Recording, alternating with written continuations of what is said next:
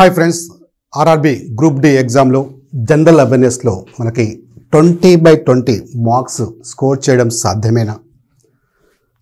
And ఈ general awareness తీసుకుంటే మనకి ఒక మాటలో చెప్పాలంటే సముద్రం అనే చెప్పవచ్చు. ఎందుకంటే చాలా సబ్జెక్ట్స్ ఉంటాయి.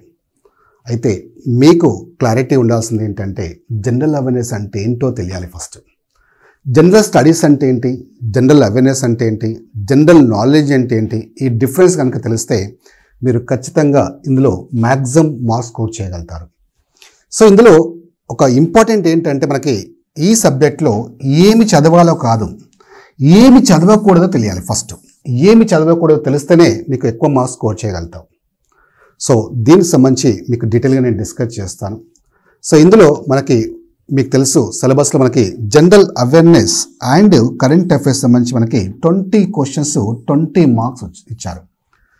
మరి ఈ 20 క్వశ్చన్స్ 20 మార్క్స్ ఎలా వస్తాయి అంటే ఏ సబ్జెక్ట్స్ ఉంటాయి ఇందులో, దీనికి సంబంధించిన సిలబస్ ఏంటి అనేది చూద్దాం ఫస్ట్.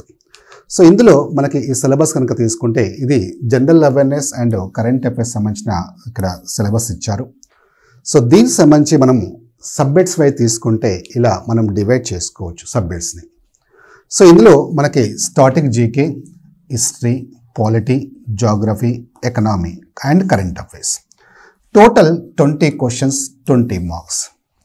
సో యాక్చువల్గా అయితే మనకి ఇక్కడ ఇవన్నీ సబ్జెక్ట్స్ చదవాలా సార్, ఇన్ని సబ్జెక్ట్స్ చదివితే మనకి 20 మార్క్స్ అంటే మనకి అంత ఈజీ కాదు కదా, నాకు అసలు హిస్టరీ అంటేనే భయం లేదా జాగ్రఫీ అంటేనే భయం అని. సో కొంతమందికి అంటే వచ్చే 1-2 క్వశ్చన్స్కి ఆ బుక్ అంతా చదవాలా సార్ అని. సో అంటే ఇక్కడ అది తెలియాలి, నీకు ఆ క్లారిటీ తెలియాలి. సో దానికి సంబంధించి మీకు క్లియర్గా నేను డిస్కస్ చేస్తాను మనం ఎలా ప్రిపేర్ కావాలని. సో దీనికి సంబంధించి మనకి ఫస్ట్ ఇక్కడ మార్క్స్ వెయిటేజ్ తీసుకుంటే ఫస్ట్ కరెంట్ అఫైర్స్ తీసుకుందాం. కరెంట్ అఫైర్స్లో మనకి దాదాపుగా ఒక 5 క్వశ్చన్స్ వరకు ఎక్స్పెక్ట్ చేయొచ్చు కరెంట్ అఫైర్స్ నుంచి. మిగతా సబ్జెక్ట్స్ నుంచి తీసుకుంటే ఇవన్నీ సబ్జెక్ట్స్ నుంచి దాదాపుగా మనకి ఒక 15 క్వశ్చన్స్ ఎక్స్పెక్ట్ చేయొచ్చు. అంటే మనకి సబ్జెక్ట్ వైజ్ తీసుకుంటే ఒక స్టాటిక్ జీకే నుంచి ఒక 2 to 3 క్వశ్చన్స్, ఇలా మనకి హిస్టరీ నుంచి ఒక 2-3 క్వశ్చన్స్, అలాగే పాలిటీ నుంచి 2 to 3 and geography 2 to 3 and economy నుంచి ఒక 2 to 3 అండ్ ఇంకా general miscellaneous and science and technology. So ఇలాంటివి ఒక 2-3 క్వశ్చన్స్ మనం ఎక్స్పెక్ట్ చేయొచ్చు. ఓకేనా, రైట్. సో ఇలా మనకి వెయిటేజ్ అనేది ఇవ్వడం జరుగుతుంది. అంటే మనకి ఇక్కడ వెయిటేజ్ పరంగా చూస్తే మనకి కరెంట్ అఫైర్స్కి ఎక్కువ వెయిటేజ్ ఉంది. ఓకే, సో మళ్ళీ సార్ ఒక 2-3 క్వశ్చనే కదా ఇవంతా ఏం చదువుతామని మళ్ళీ మీకు అనిపించవచ్చు. సో ఇప్పుడు అదే చెప్తున్నాను, అంటే ఆ 2-3 క్వశ్చన్స్ కూడా మనము 80% మిస్ కానివ్వద్దు. సో ఆ 2-3 క్వశ్చన్స్ కూడా మనము ఈజీగా ఎలా స్కోర్ చేయొచ్చు, అంటే అంత చదవకుండా మనము ఈజీగా ఎలా మనము మార్క్స్ స్కోర్ చేయొచ్చు అని కూడా మీకు డిస్కస్ చేస్తాను.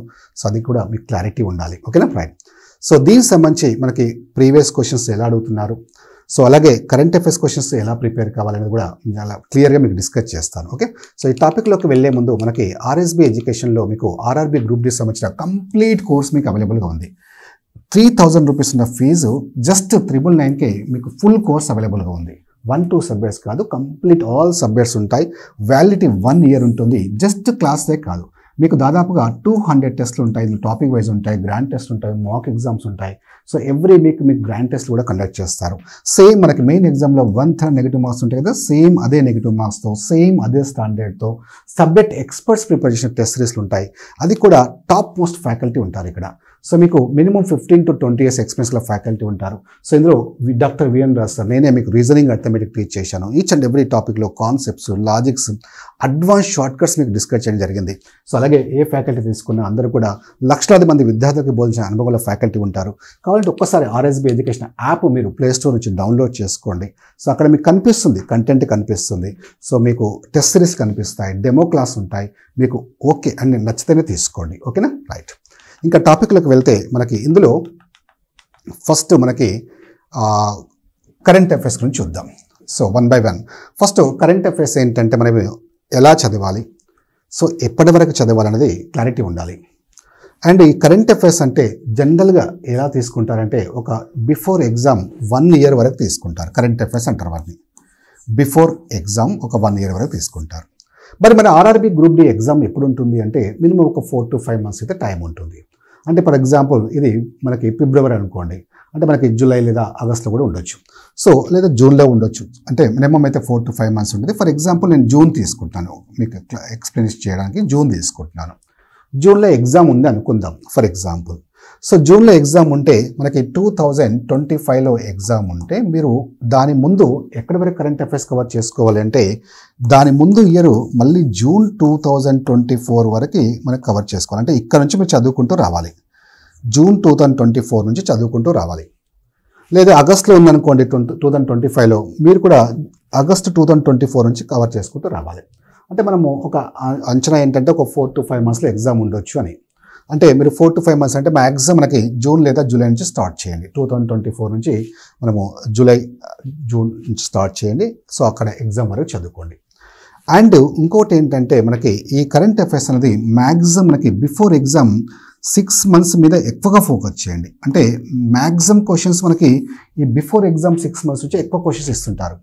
ఫర్ ఎగ్జాంపుల్ మీరు జూన్లో ఎగ్జామ్ ఉందనుకోండి, అంటే జనవరి నుంచి చదవండి. అంటే ఎక్కువ ఫోకస్ చేయండి. ఇవి మాత్రం చదవాలి, బట్ ఇక్కడ ఈ 6 months మీద ఎక్కువగా ఫోకస్ చేయాలి. అండ్ ఈ కరెంట్ అఫైర్స్ అనేది కూడా ఒక ఓసియనే, సో చాలా ఉంటాయి. అలాగని మీరు అన్ని బుక్స్ అన్ని కరెంట్ అఫైర్స్ బుక్స్ అన్ని ముందు పెట్టుకొని చదవాల్సిన అవసరం లేదు. సో బర్నింగ్ టాపిక్స్ మీద ఎక్కువగా ఫోకస్ చేయండి. అంటే ఎక్కువగా న్యూస్లో ఉన్న టాపిక్స్ మీద ఎక్కువగా ఫోకస్ చేయండి. చాలా వరకు స్టేట్ క్వశ్చన్స్ అడుగుతారు. ఓకే, సో మీకు అది ఆ క్వశ్చన్స్ కూడా ఎలా అడుగుతారో నేను ఇప్పుడు కొన్ని ఎగ్జాంపుల్ ఎక్స్ప్లెయిన్ చేస్తాను. Okay right. సో ఇది మనకి కరెంట్ అఫైర్స్. సో ఈ కరెంట్ అఫైర్స్ని మనం లింక్ చేస్తూ మనకి కరెంట్ స్టాటిక్ జీకేని కూడా మీరు కవర్ చేసుకోవచ్చు. కొంతవరకు మీరు స్టాటిక్ జీకే కూడా కవర్ చేసుకోవచ్చు. ఫర్ ఎగ్జాంపుల్ చూడండి క్వశ్చన్స్ ఎలా వస్తాయి, మనం ఎలా లింకప్ చేసుకోవాలో చూద్దాం. Okay right. ఫర్ ఎగ్జాంపుల్ చూడండి మనకి the reserve bank of India was nationalised with effect from January 1st అన్నారు. అంటే రిజర్వ్ బ్యాంకును మన January 1st నుంచి ఎప్పుడు జాతీయం చేయబడింది అన్నారు. సో మీకు తెలిసి ఉంటుంది చాలామందికి రిజర్వ్ బ్యాంక్ ఆఫ్ ఇండియా అంటేనే బ్యాంకర్స్కి బ్యాంక్ అన్నమాట. అంటే హెడ్ ఆఫ్ ద బ్యాంక్స్ అంటారు. So head of the banks అంటే మనకి ఇది ఎప్పుడు జాతీయం చేయబడింది, మనకి 1949 January 1st జాతీయం చేయబడింది. అవునా రైట్. సో ఇలా మనము ఇప్పుడు చూడండి, యాక్చువల్గా ఈరోజు ఒక న్యూస్ వచ్చింది మనకి. ఈరోజు న్యూస్ ఏం తెలుసా, రెపో రేట్ గురించి మీరు చదివి ఉంటారు, చాలామంది మీకు ఐడియా ఉంటుంది. రెపో రేటు మనకి దాదాపుగా 5 years తర్వాత తగ్గించారు. ఎంత తగ్గించారు, 0.25% తగ్గించారు. ఇంతకుముందు మనకి 6.5% ఉండేది రెపో రేటు. సో ఇప్పుడు మనకి 6.25% చేశారు. అంటే 0.25% రెపో రేట్ తగ్గించారు. ఇమ్మీడియట్లీ స్ట్రైక్ కావాలి అంటే రెపో రేట్ అంటే ఏంటో తెలియాలి. మళ్ళీ రిజర్వ్ బ్యాంక్ ఆఫ్ ఇండియా గురించి చదివేటప్పుడు అంటే కరెంట్ అఫైర్స్ ఈరోజు చదువుతున్నది మన కరెంట్ అఫైర్స్. ఇది ఏమవుతుంది, ఇది స్టాటిక్ జీకే అవుతుంది. ఇది కాన్స్టెంట్గా ఉంటుంది, ఇది మారదిగా. సో ఏదైతే కాన్స్టెంట్గా ఉంటుందో, ఏదైతే మారదో దాన్ని స్టాటిక్ జీకేగా అంటాం. సో ఎప్పుడైతే మనకు కరెంట్ అఫైర్స్ చదువుతున్నామో అంటే ఇప్పుడు ఈరోజు చదివినప్పుడు ఇమ్మీడియట్లీ స్ట్రైక్ కావాలి. రిజర్వ్ బ్యాంక్ ఆఫ్ ఇండియా అంటే ఏంటి, రిజర్వ్ బ్యాంక్ ఆఫ్ ఇండియా ఎప్పుడు స్థాపించారు లేదా ఎప్పుడు జాతీయం చేశారు. సో అలాగే బ్యాంకులు అంటే ఏంటి, మన కమర్షియల్ బ్యాంక్స్ అంటే ఏంటి, ఈ బ్యాంకులు అంటే జాతీయం అంటే ఏంటి ఫస్ట్ ఆఫ్ ఆల్. సో ఇప్పటివరకు ఎన్ని బ్యాంక్స్ జాతీయం చేశారు, నేషనలైజ్ చేశారు. సో ఫస్ట్ మనకి 1969లో 14 బ్యాంక్స్ నేషనలైజ్ చేశారు, జాతీయం చేశారు. తర్వాత 1980లో 6 బ్యాంక్స్ నేషనలైజ్ చేశారు, జాతీయం చేశారు. సో అది నీకు ఆ లింకప్ చేసుకుంటూ ఆ పాయింట్స్ రాసుకోవడానికి ట్రై చేయి. అప్పుడు నీకు ఈజీగా అంటే కరెంట్ అఫైర్స్తో పాటు స్ట్రాటజీ కూడా కొంతవరకు నీకు కవర్ అవుతుంది. Okay right. సో నెక్స్ట్ మనకి అంటే ఇప్పుడు ఇంతకుముందు చెప్పినట్టు రెపో రేట్ అంటే ఏంటి, మళ్ళీ నీకు immediate level reverse repo rate అంటే ఏంటి. రెపో రేట్ అంటే ఏంటి, సో మనకి సెంట్రల్ బ్యాంకు కమర్షియల్ బ్యాంక్స్కి ఏదైతే మనకి లోన్స్ సంబంధించిన రేట్ ఆఫ్ ఇంట్రెస్ట్ ఉంటుందో దాన్నే రెపో రేట్ అంటారు. Okay right. సో ఇలా మీరు అనలైజ్ చేసుకుని చదవాలి. ఈ కరెంట్ అఫైర్స్ అనేది ఖచ్చితంగా మీరు ఏం చేస్తారంటే డైలీ న్యూస్ పేపర్ చదవాలి. Daily news paper. Okay, so at least ఒక 15 to 20 minutes న్యూస్ పేపర్ చదవడానికి ట్రై చేయండి. సో చాలామంది స్టూడెంట్స్ ఏంటంటే ఈ న్యూస్ పేపర్ చదవరు, ఏదో మ్యాగజైన్ చూసుకుంటారు, లేదంటే ఇంకెవరైనా కరెంట్ అఫైర్స్ క్లాసెస్ కావాలి, కరెంట్ అఫైర్స్ క్లాస్ ఎవరు చెప్తారు వినండి, చూడండి మ్యాగజైన్స్. దానికంటే ముందు ఖచ్చితంగా వాళ్ళు కూడా ఎక్కడి నుంచి తీసుకొస్తారు, ఆ క్లాసెస్ అయినా ఆ మ్యాగజైన్స్ అయినా ఎక్కడి నుంచి తీసుకొస్తారు, న్యూస్ పేపర్స్ నుంచే, వేరే సోర్సెస్ ఏమి ఉండదు వాళ్ళకు కూడా, ఆ న్యూస్ పేపర్స్ నుంచే వస్తాయి. అంటే ఆ న్యూస్ పేపర్ ఫర్ ఎగ్జాంపుల్ నేను మీకు ఈరోజు చెప్పాను రెపో రేట్ ఎంత ఉందని, నాకెలా తెలుసు, నేను న్యూస్ పేపర్ చదివాను. అంటే ఆ క్యూరియాసిటీ ఉండాలి. మన చుట్టూ ఉన్న ప్రపంచంలో ఏం జరుగుతుందో తెలుసుకునే క్యూరియాసిటీ ఉంటే నువ్వు కరెంట్ అఫైర్స్లో ఈజీగా స్కోర్ చేయగలుగుతావు. ఓకేనా. సో ఎడ్యుకేటెడ్ అంటే ఎవరు, డిగ్రీ ఉంటే ఎడ్యుకేటెడా, పీజీ ఉంటే ఎడ్యుకేటెడా, నీ చుట్టూ ఉన్న ప్రపంచం గురించి తెలుసుకోవడమే ఎడ్యుకేటెడ్ అంటారు. సో ఖచ్చితంగా న్యూస్ పేపర్ చదవండి. నువ్వే కరెంట్ అఫైర్స్ ఇంకొకరు చెప్తావు, ఓకేనా? సో నువ్వు ఇంకెవరో చెప్పాల్సిన అవసరం లేదు, నువ్వే ఇంకొకరు చెప్తావు. అంటే జస్ట్ న్యూస్ పేపర్ చదివి మెయిన్ పాయింట్స్ అన్న, అట్లీస్ట్ నీకు టైం లేదు, మెయిన్ పాయింట్స్ అన్న కలెక్ట్ చేసుకొని నోట్స్ రాసుకోండి, చాలా యూస్ఫుల్గా ఉంటాయి. ఓకే, దాని తర్వాత మ్యాగజైన్స్ 15 డేస్కి 1 మంత్కి మ్యాగజైన్స్ వస్తాయి, అవి కూడా మీరు ఫాలో కావచ్చు. బట్ న్యూస్ పేపర్ మాత్రం ఖచ్చితంగా చదవండి. ఓకే, సో అలాగని ఇన్ డెప్త్గా చదవాల్సిన అవసరం లేదు. సో అంటే పెద్ద అంటే ఇంటర్నేషనల్ రిలేషన్స్ అవి ఏంటి ఇవి ఏంటి అగ్రిమెంట్స్ ఏమైనాయి అంత పెద్దగా డెప్త్గా చదవాల్సిన అవసరం లేదు. ఆర్ఆర్బి గ్రూప్ డి ఎగ్జామ్కి జస్ట్ స్టేట్ క్వశ్చన్ చదవండి. ఇప్పుడు నేను చెప్పాను కదా రెపో రేట్, అది ఖచ్చితంగా స్టేట్ క్వశ్చన్, అది డైరెక్ట్ మోస్ట్ ఎక్స్పెక్టెడ్ క్వశ్చన్ కూడా మీకు ఎగ్జామ్లో కమింగ్ ఎగ్జామ్స్లో ఖచ్చితంగా రావడానికి ఛాన్స్ ఉంది. అలాంటి వాటి మీద ఎక్కువగా ఫోకస్ చేయండి. Okay, right. సో అలాగే మనకి నెక్స్ట్ ఇప్పుడు చూడండి, నెక్స్ట్ ఇది స్టార్టింగ్ జీకే సంబంధించింది. సంతోష్ ట్రోఫీ భారతదేశంలో ఏ క్రీడకు సంబంధించింది అన్నాడు. సో దేనికి సంబంధించింది? ఇది ఫుట్బాల్ సంబంధించింది.